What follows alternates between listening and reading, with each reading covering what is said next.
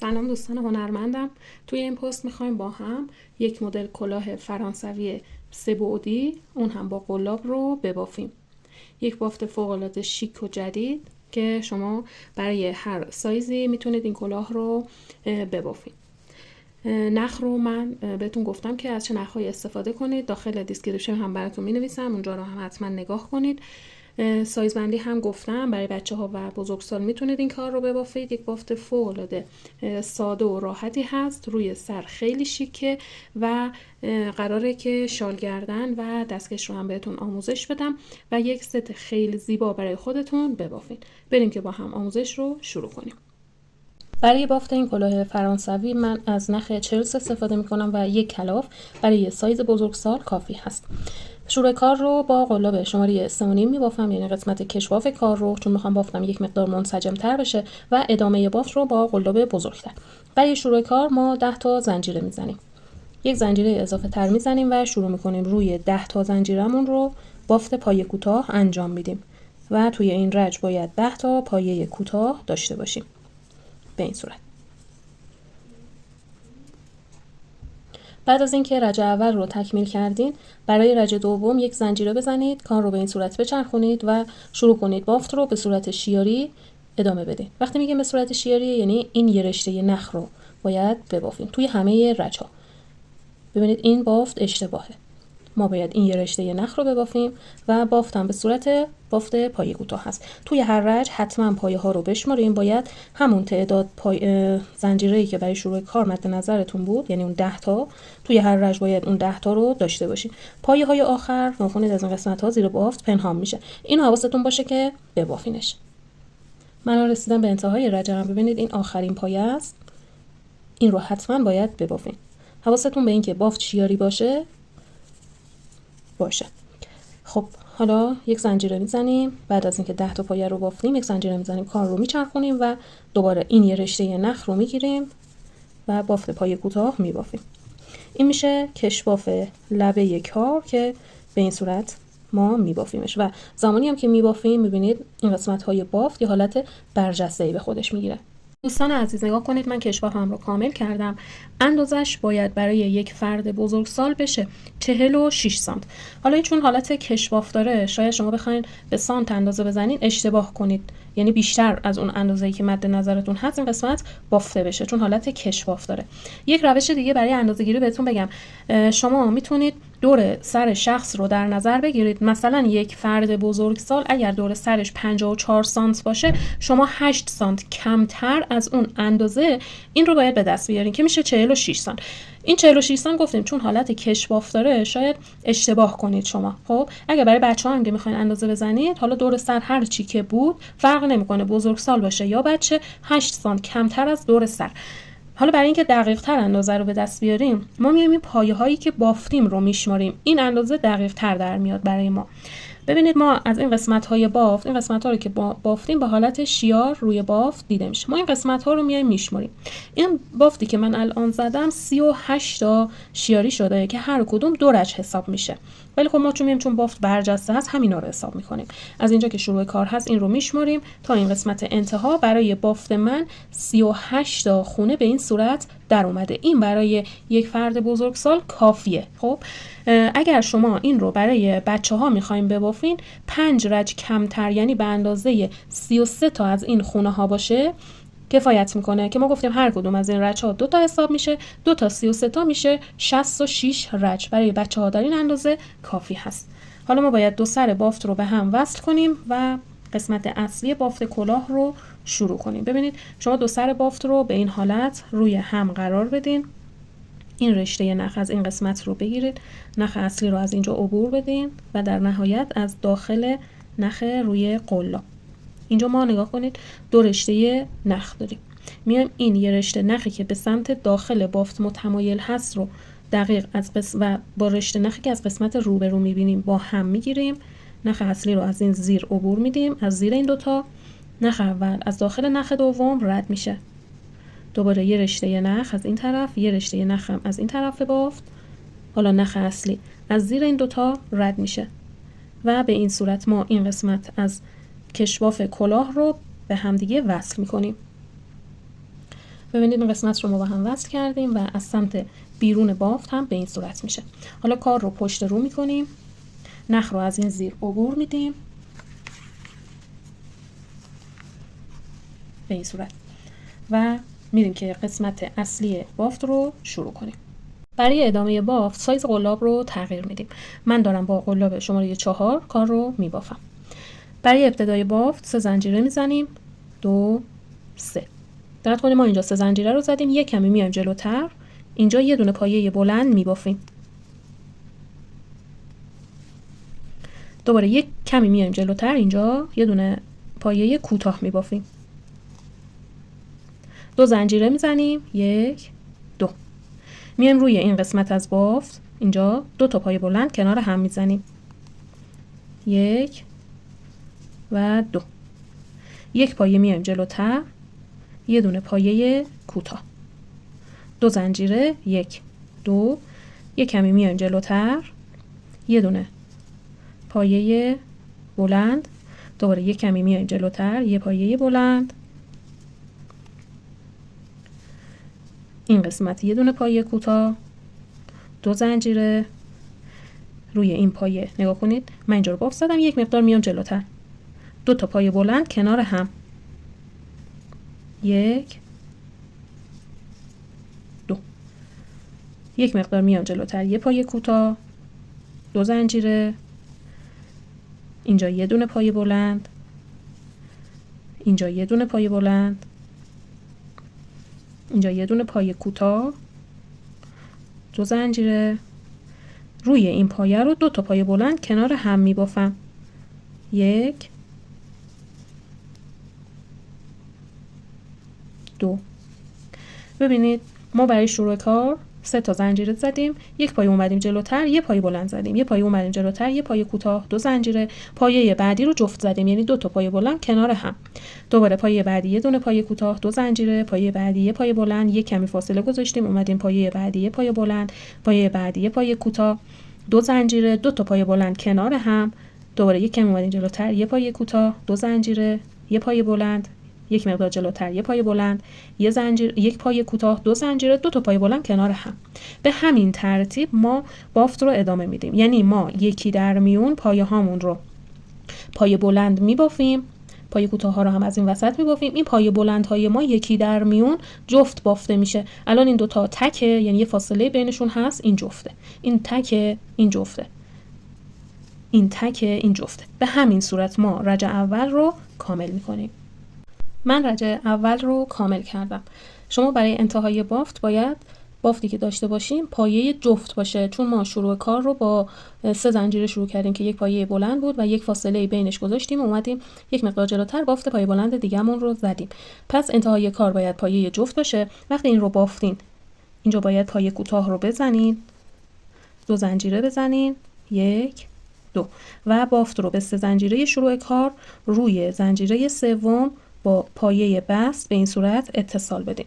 حالا ما باید کار رو بچرخونیم و ادامه بافت رو از سمت داخل کلاه پیش ببریم. اینجا ببینیم ما 2 زنجیره زدیم، کار رو به اینجا وصل کردیم. میایم از این قسمت 2 زنجیره ای به این صورت یه دونه پایه کوتاه میبافیم که کار رو برسونیم به این وسط. 2 زنجیره دیگه میزنیم که یک پایه حساب میشه. داخل همین فضا یه پایه بلند دیگه ما میبافیم.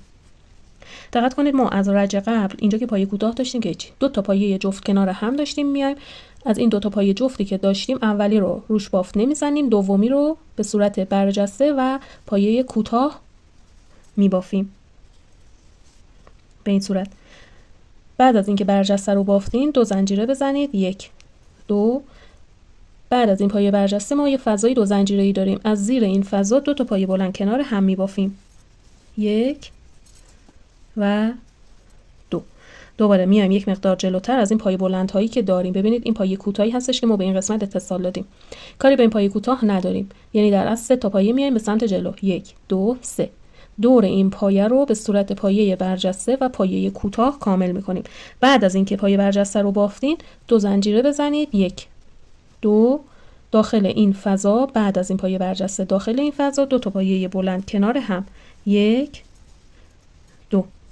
دوباره میایم دور این 2 تا پایه‌ای که داریم دور پایه دوم رو به صورت برجسته و پایه کوتاه کامل میکنیم. 2 زنجیره میزنیم و بعد از این پایه برجسته داخل این فضا رو با 2 تا پایه بلند پر میکنیم. 1 2. بعد از پایه بلند تا پایه برجسته هست. ببینید ما 2 تا پایه بلند داریم. این که پایه کوتاهه، 1 پایه بلند، 2 پایه بلند، یا 1 2 3 روی پایه سوم این رو به صورت پایه برجسته و پایه کوتاه میبافید. بعد از اینکه این رو بافتین 2 زنجیره 1 2 داخل این فضا 2 تا پایه بلند کنار هم. به همین ترتیب ما این رج رو کامل میکنیم.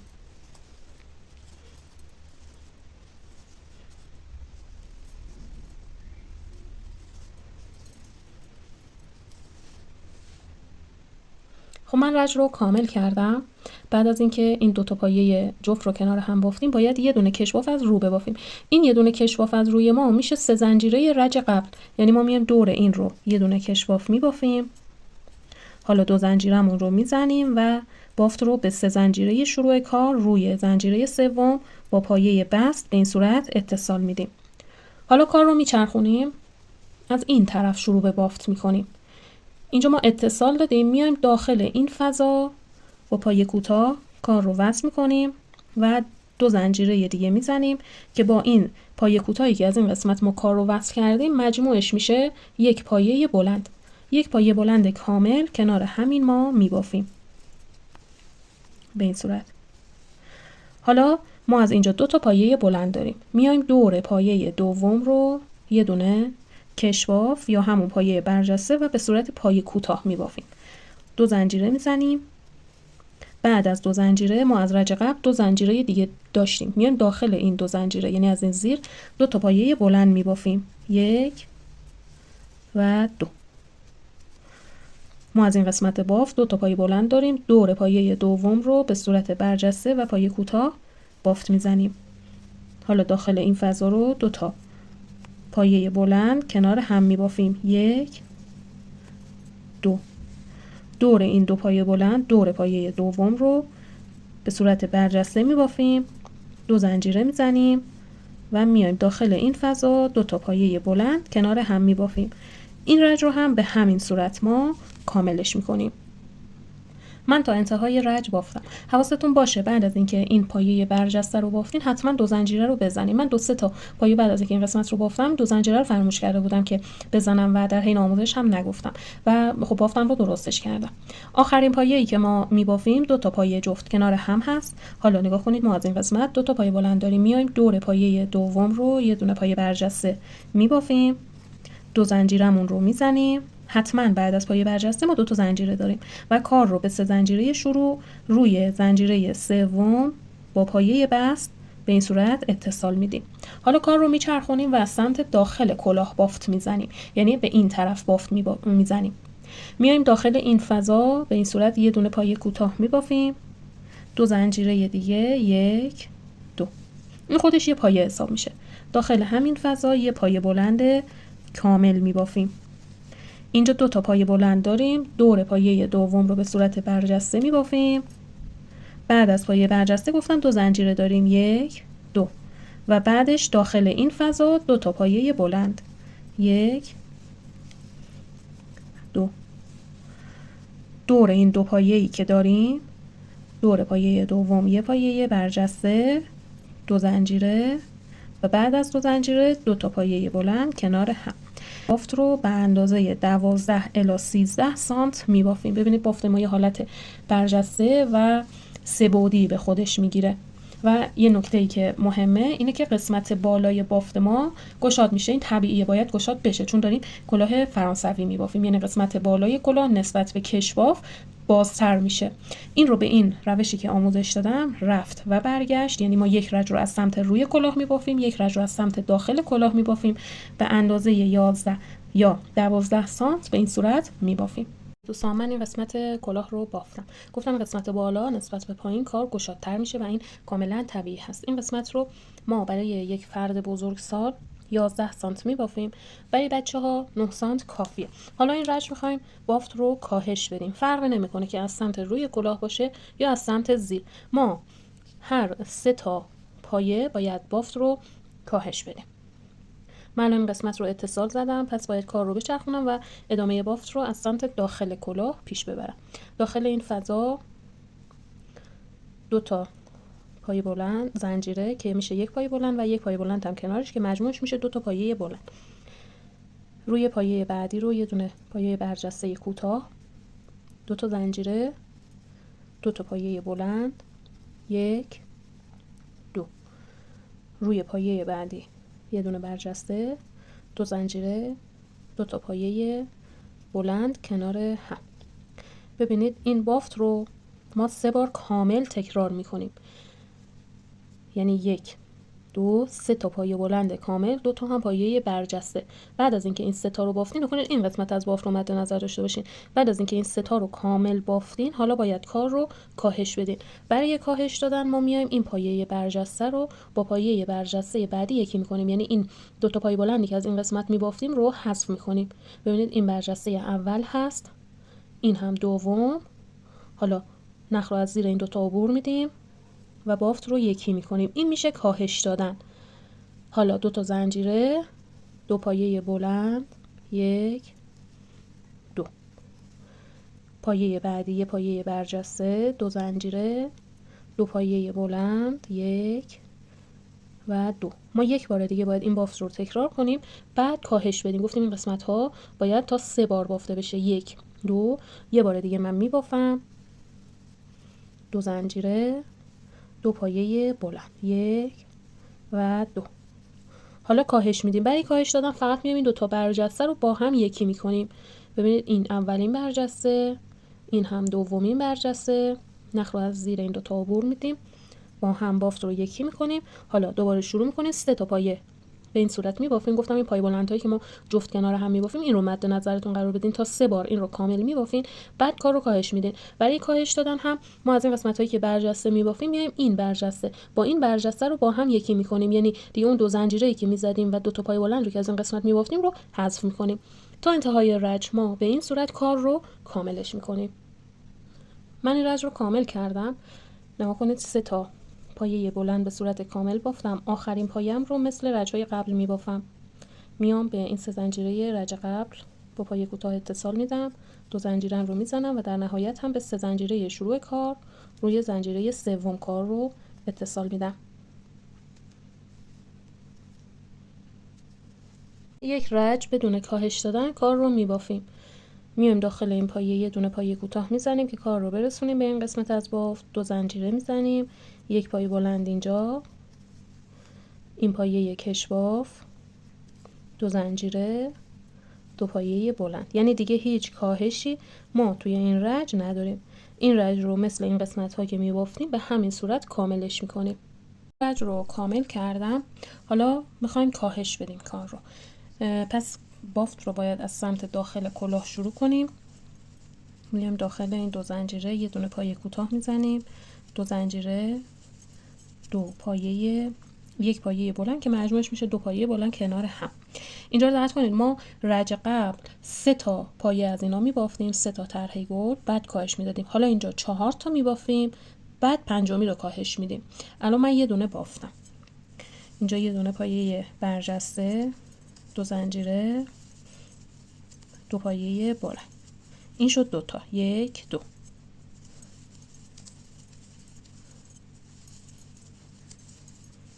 این 3 و این هم 4. 1 2. حالا میخوام کاهش بدم. دقت کنید ما 4 تا پایه رو کامل میبافیم. گفتم این پایه بلندها که ما جفت میبافیم این رو مد نظر قرار بدین. 1 2 3 4. برای کاهش دادن میایم این پایه برجسته‌ای که میخوایم ببافیم با 1 پایه جلوتر که برجسته بافته میشه رو با هم یکی میکنیم. الان کار رو یکی کردیم. دوباره شروع میکنیم 4 تا پایه دیگه میبافیم و دوباره کار رو کاهش میدیم. خب بعد از اینکه یکی کردیم باید 2 تا زنجیره بزنیم و پای بلند رو ببافیم. 1 2. یه برجسته، 2 زنجیره، 1 2. یه برجسته، 2 زنجیره، 2 تا پایه بلند، یک، دو، برجسته، 2 زنجیره، 2 پایه بلند، یک، دو. ما الان 4 تا رو بافتیم. ببینید ما وقتی کار رو کاهش میدیم یکی میکنیم، بافت به این صورت میشه، حالت هشتی شکلی به خودش میگیره. از اینجا ما کار رو دوباره شروع کردیم. 1 2 3 4. دوباره باید کار رو کاهش بدیم. گفتیم این پایه برجسته با این پایه برجسته با هم به این صورت یکی میشن و مابقی بافت طبق این قسمت. من رسیدم به انتهای بافتم. ببینید ما از اینجا این 2 تا پایه رو یکی کردیم، 1 2 3 4 تا پایه رو بافتیم. حالا این پایه و این 3 زنجیره رو با هم یکی میکنیم به این صورت،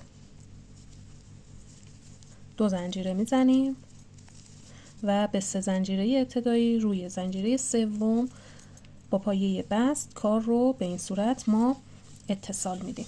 ببینید این پایه برجسته ها رو اگر بخوایم بشماریم، این دوتایی که با هم یکی شدن هم یک پایه حساب میشن دیگه. بخوایم اگر اینا رو با هم بشماریم، نکنید این آخرین پایه‌ای هستش که ما یکی کردیم، از همینجا شروع به شمردن میکنیم. 1 2 3 4 5 6 7 8 9 10 11 12 13 14 15 16 17 18 19 و 20. ما الان 20 تا پایه برجسته به این صورت داریم. رج بعدی بدون کاهش هست، یعنی ما یک رج در میون کار رو کاهش میدیم. این رج کاهش بود، رج بعد بدون کاهشه. خب کار رو میچرخونیم، میایم داخل این پایه، 2 زنجیره، 1 2 2 پایه بلند، یعنی با این 3 زنجیره میشه 2 پایه بلند کنار هم. اینجا یک پایه برجسته، 2 زنجیره، 2 پایه بلند، 1 2.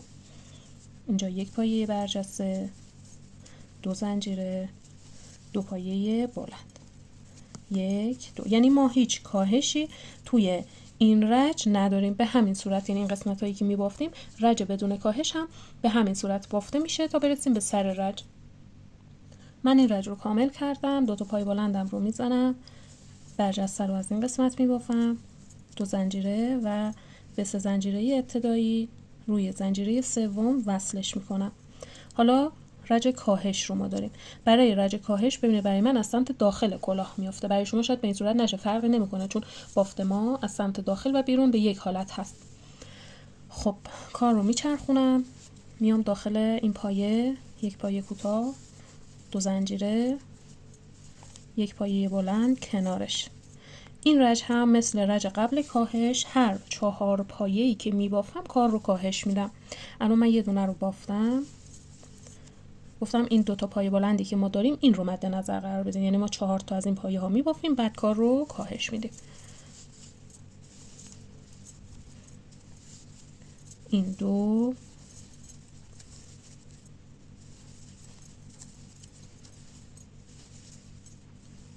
این 3 و این هم 4. 1 2. ببینید 1 2 3 4. حالا میخوایم کار رو کاهش بدیم. برای کاهش هم که گفتیم دیگه، این پایه برجسته که ما میبافتیم رو این پایه برجسته با پایه جلویی رو با هم یکی میکنیم به این صورت. این میشه یکی کردن. دوباره 4 تا پایه میبافیم و بافت رو یکی میکنیم. بعد از اینکه بافت رو یکی کردیم 2 زنجیره میزنیم و شروع میکنیم از این قسمت دوباره مدل رو مثل اینجا میبافیم. رج بعد بدون کاهش هست، دوباره رج بعد کاهش داریم به همین صورت، 4 تا پایه میبافیم کاهش. به همین ترتیب ما کار رو ادامه میدیم تا قسمت بالای کلاهمون جمع بشه. یه حدی کار جمع شده. این 10 تا پایه آخر که میمونه، ما اگر بخوایم که این 10 تا پایه رو هم مثل این قسمت ها کاهش بدیم، بالای کلاه میبینید حالت گنبدی میشه و کار قشنگ نمیشه. پس میایم 10 تا پایه باقی مونده رو به صورت 2 تا 2 تا یکی میکنیم. آخرین پایه‌ای که من بافتم اینجا بوده، کار رو میچرخونم، میام داخل این زنجیره‌ای که همیشه پایه کوتاه میزدیم، پایه کوتاه هم رو هم از اینجا میزنم. دیگه اون پایه بلند ها رو تکرار نمی کنیم. میایم این پایه های برجسته رو که یکی میکردیم حالا 2 تا 2 تا یکی میکنیم. ببینید این پایه اول هست، این دوم، 2 تا رو ما به صورت همزمان یکی میکنیم. دوباره این با این. فقط اینجا یه ذره نخ رو بکشید که فاصله خیلی زیاد نشه دیگه. به این صورت.